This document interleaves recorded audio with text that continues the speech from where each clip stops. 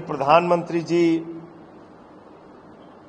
Operation सिंदूर के नाम पे ऑपरेशन वोट बैंक शुरू कर चुके हैं और मैं प्रधानमंत्री को कहता हूं कि वो सिंदूर के सौदागर हैं। और ये बात मैं इसलिए कहता हूं कि पहलगाम में 200 किलोमीटर तक आतंकवादी घुस के आए हमारी देश की सीमा में, हमारे बहनों के माथे के सिंदूर उजाड़े, 26 लोगों को मौत के घाट उतारा और वापस चले गए, अभी तक मिले नहीं। उन आतंकवादियों के खिलाफ अब तक कोई कार्रवाई नहीं हुई, वो मौत के घाट नहीं उतारे गए और बगैर उन आतंकवादियों को मारे जिनके लिए आपने ऑपरेशन सिंदूर की शुरुआत की थी, आपने ट्रंप के दबाव में सीज फायर डिक्लेयर कर दिया।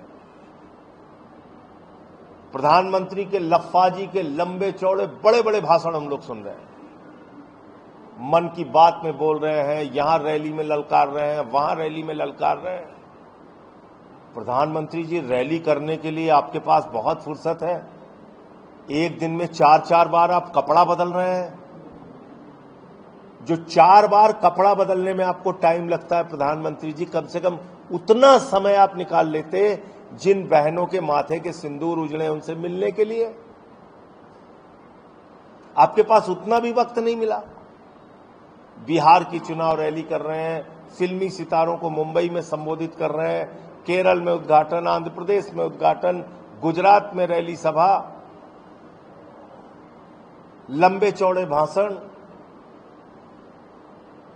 तो प्रधानमंत्री कहते हैं हमारे शरीर में, हमारी नसों में गर्म सिंदूर बह रहा है। मैं कहता हूं प्रधानमंत्री की नसों में नौटंकी बह रही है।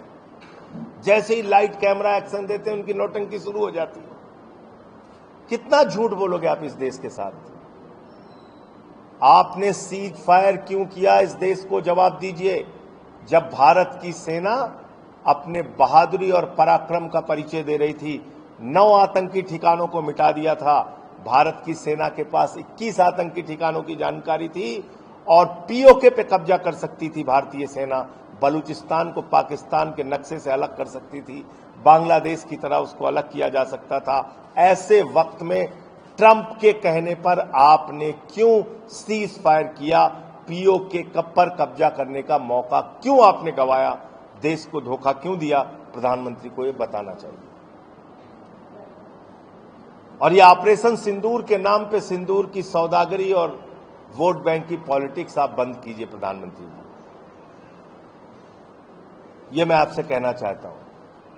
पूरे देश के 3 सवाल हैं। नंबर 1, वो आतंकवादी पहलगाम में आए कैसे? नंबर 2, उन आतंकवादियों को अब तक मारा क्यों नहीं गया जिन्होंने हमारे बहनों के माथे के सिंदूर उजाड़े? और नंबर 3, ट्रंप के दबाव में आपने सीज फायर क्यों डिक्लेयर किया जब भारतीय सेना पीओके पे कब्जा कर सकती थी, बलूचिस्तान को पाकिस्तान से अलग कर सकती थी? ये 3 सवाल का जवाब प्रधानमंत्री जी को जरूर देना चाहिए।